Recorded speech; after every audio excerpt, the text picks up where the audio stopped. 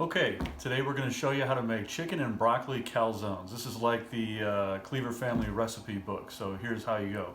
We've got over here a KitchenAid mixer, and we're going to use some all-purpose flour.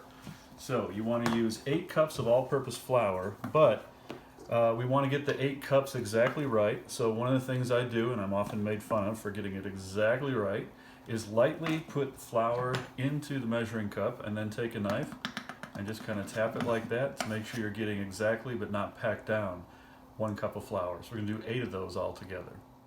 All right, and then we're going to do 8 teaspoons of sugar, not heaping, so just shake them a little bit. That's 2, 3, 4, 5, 6, 7, 8. So we got 8 teaspoons of sugar and 8 cups of flour so far. And then we're going to put 2 teaspoons of salt in. Uno. We've got 3 teaspoons of granulated garlic. 1, 2, 3. And then I keep my dry active yeast in the freezer, but this is just dry active yeast, and so we're doing 4 teaspoons of this. 1, 2, 3, 4. Now, I mix together the dry ingredients. Just want them good and mixed in there. The yeast, if it's in every part, that's good. There's a really slow, methodical way of making this, but I just kind of mix in the yeast with everything else, and then I create a well in the bottom of the bowl. Next, we're going to use 6 ounces of extra virgin olive oil. That it's not just any kind of olive oil. Extra virgin is best.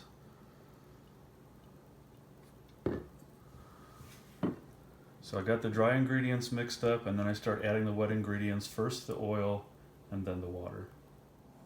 The last ingredient I'm going to add is water. So I've got this filtered water. I've got one of those little water filtration systems in my sink, and I put 2 1/4 cups in a measuring cup that can be microwaved.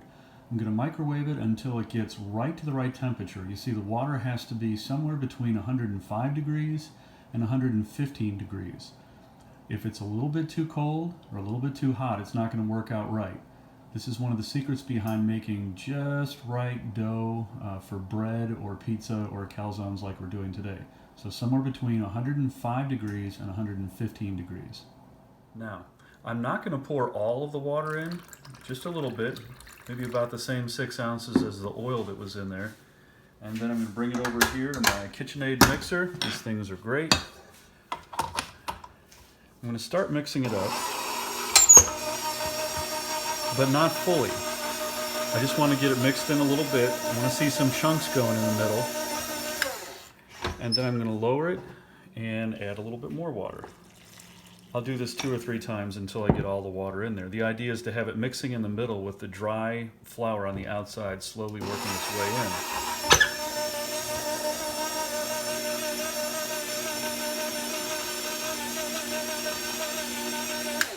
Pause once again. A bit more water in the middle.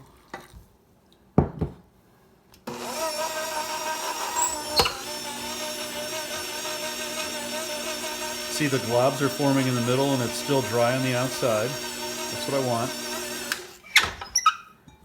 And my last little bit. And then we just let it mix.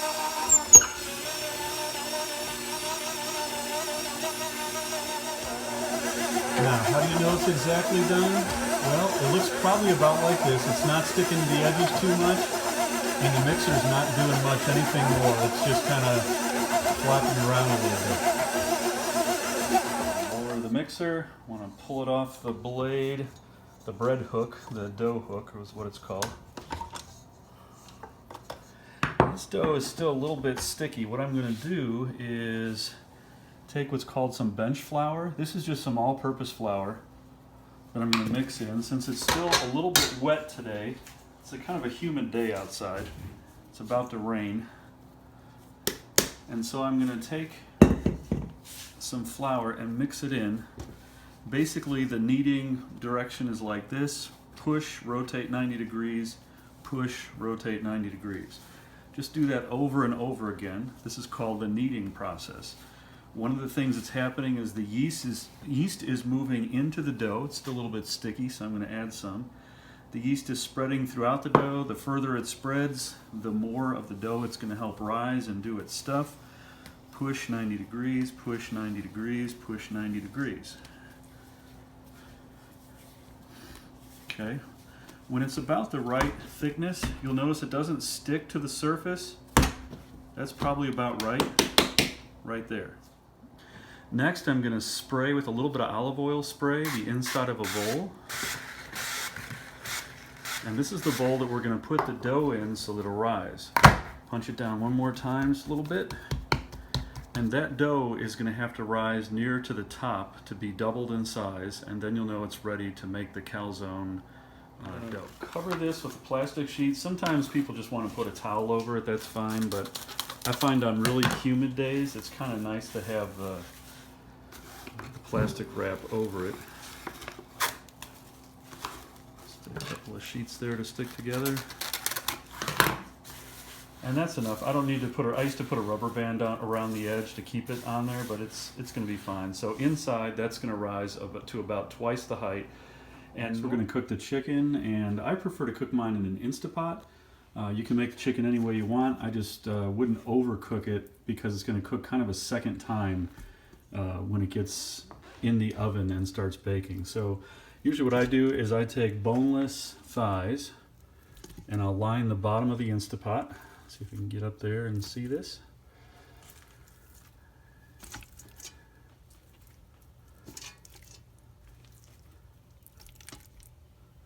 Maybe stick one more in there. All right. Now I like to make this, to cook it in a mixture, a solution if you will, of teriyaki sauce, 1 cup teriyaki sauce. We'll just take that teriyaki sauce, pour it on the top.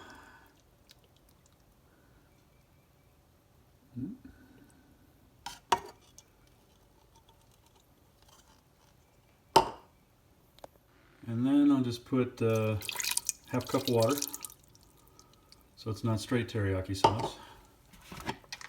Close the lid, make sure the tab's back. Okay, and then I think I will set this to, say about 12 minutes. That should be plenty. Now I'm just going to use a bag of frozen broccoli to break it up a little bit.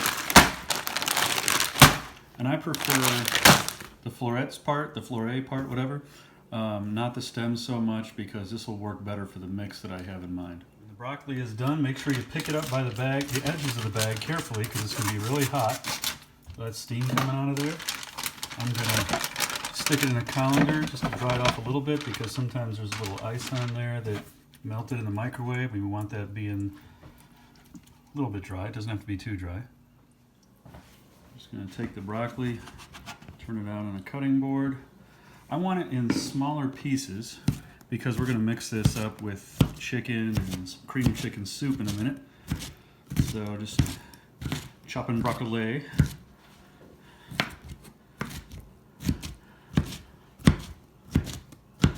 Okay. It doesn't have to be minuscule pieces, but big chunks are not going to work well. So if you see any big chunks, make sure they're cut up.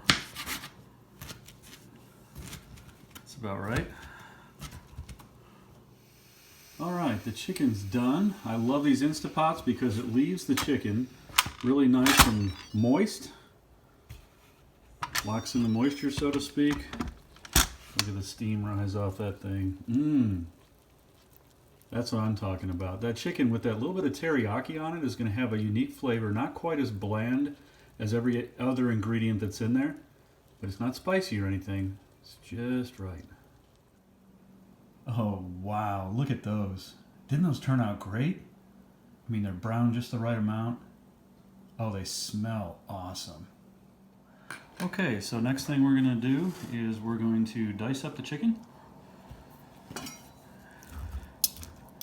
This is pretty soft stuff here, so it's not going to be perfect little squares, but we'll just call it shredded instead of dicing it. There we go. Something like that. Do another one. Again, these are chicken thighs. It's not going to work as well with breasts. I highly recommend using the dark meat for this. There we go. It's about the pieces, size pieces of chicken you want. A variety. Again, doesn't have to be perfect. This is just going inside the calzone as stuffing, if you will. Okay, now that we have everything chopped up, we're going to go ahead and mix in our ingredients. I have measured, and I think this is about 5 cups of chicken chopped up, 3 cups of broccoli chopped up. I'm going to put 2 cans of cream of chicken soup in there.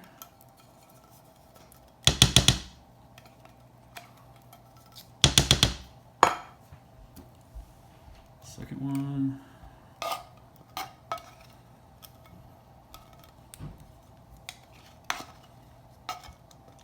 All right.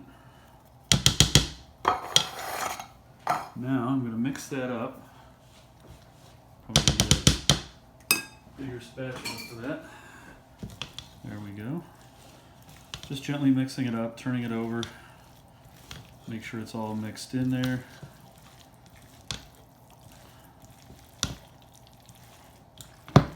This will remind you a little bit of a chicken pot pie in a way that has similar kind of cream of chicken soup in it. I'm actually going to add 1 more can, I think. And sometimes I'll add a 3rd can if I have a lot. So with 5 cups of chicken, 4 cups of broccoli, that's really not enough soup. So I'm going to add a can of cream of mushroom. Give it a little bit of a variety of taste in there.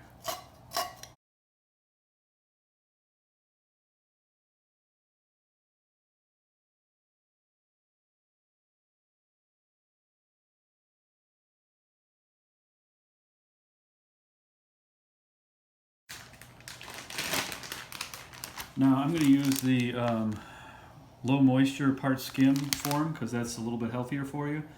But if you'd like to make it taste a little bit better, use whole milk mozzarella like you would at a pizzeria. Italian restaurant, they probably use the whole milk kind.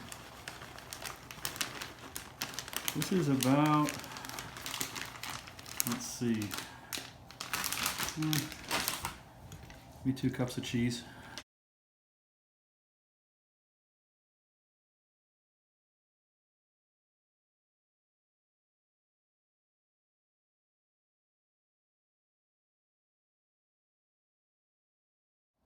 Okay, next thing we want to do is preheat the oven to 400 degrees. That'll be our cooking temperature. Okay, the next thing I want to do is take a little bit of cornmeal. I've got some yellow cornmeal here and sprinkle it lightly onto a baking sheet. This is what we're going to put the calzones in as soon as we've got them made. This will hold 2 or 3 calzones depending on what size they are. Just real lightly like that, and that'll make it easier to get the calzone off when you're done baking it. Next, sprinkle a little bit of bench flour in the corner over here. We're just going to set our dough down on top of that. Okay, and let's see how our dough turned out. After taking a nap, yep, it's all the way risen right near the top. I'm just going to have and get the plastic off. It'll deflate. Give a little punch. Don't worry, it can take it. And then we will, let's see here, over in the counter, on the corner, in that little spot that we put some bench flour on. A little dough knife here. I'm going to cut it into 8 sections, like little Trivia Pursuit pie wedges.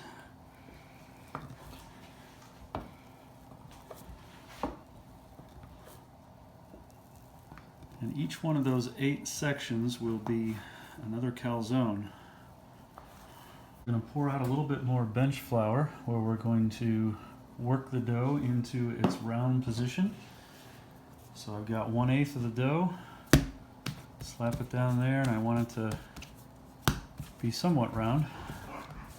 So patting away till I get it just right.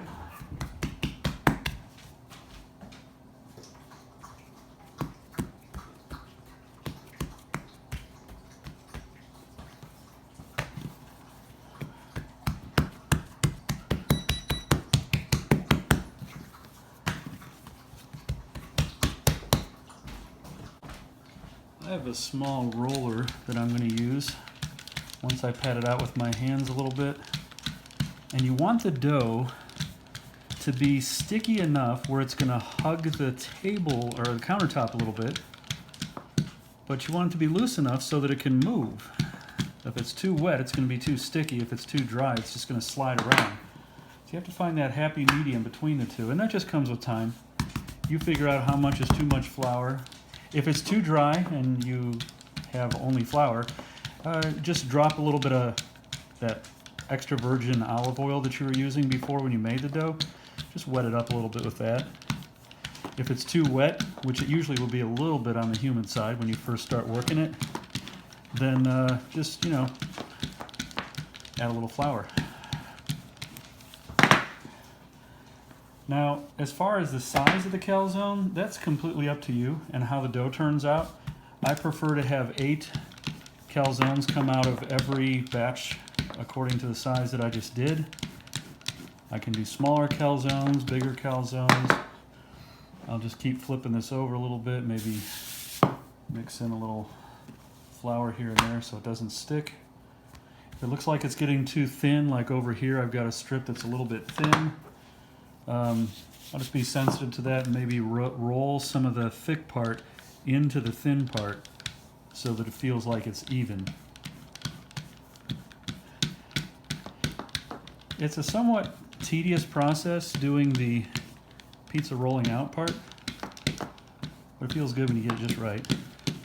Now, if I was making pizza out of this dough, I would probably put it in a pan and let it rise a second time. But since I'm only doing calzones, I want the crust to be nice and thin, not real thick like you know, deep dish pizza dough or anything like that. I'm just going to go ahead and say that's probably about good. Now, one thing I like to do next is get a little bit of oil in the middle. And if my hands are clean, I just use my hands, or you can use a brush. I like to use my hands because I can kind of feel this way exactly how thin and thick the dough is in various places. Besides, boys like to play around in mud. This reminds me of playing around in mud. Okay, so I'm not going to do the edges. I want them to stick to each other, but I want a nice little bit of oil in the middle. And then I'm going to add the mixture that we already made. Chicken, broccoli, cheese, cream of chicken soup, and cream of mushroom. And you don't really need to go too thick. I mean, the idea is whether you're working with a burrito shell, calzone, pizza, even an omelet, the outside is just a container for what's on the inside. Okay, so you don't want to overdo it. Want every bite to be nice. Use about 1/8 of this all together. So then I'm going to fold it over.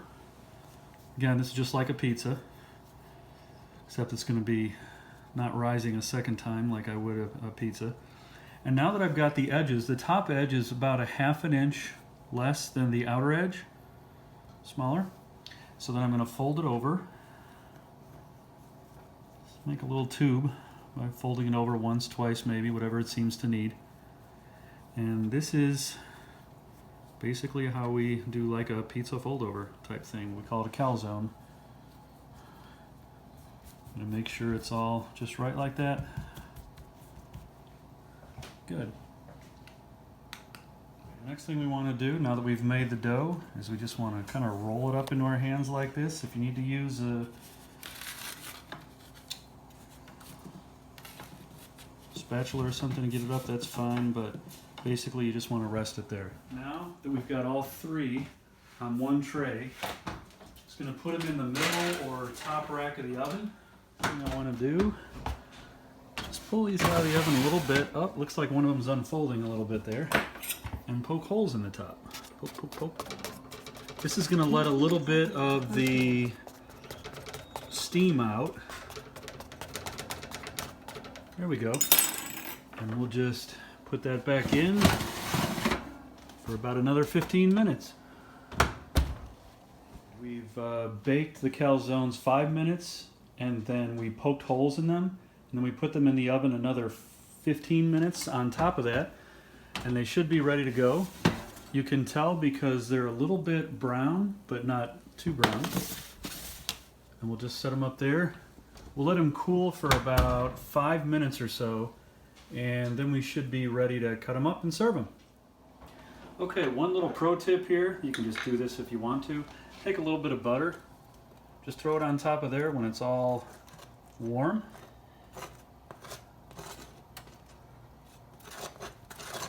So it's already cooked, it's already brown, but we're just going to toss a little butter on there. And if you really want to, you could add a bit of granulated garlic on top. Just sprinkle lightly, and that'll give it that extra Italian taste. Once we have the calzone cooked and cooled down, all we gotta do is slice that thing in half. Use a bread knife so it tears nicely. And it's still gonna be a little hot. You might want to let it wait another 5 minutes or so, but that's good to go. Now with the calzone, you can eat it fresh, and it is great fresh, but I'll tell you what, this is one of those foods that if you make more than the people eat, you can put one of these halves of calzone in a quart plastic bag, put it in the refrigerator, microwave it the next day, makes for a great leftover. That's how we do, in the Cleaver family, chicken and broccoli calzones.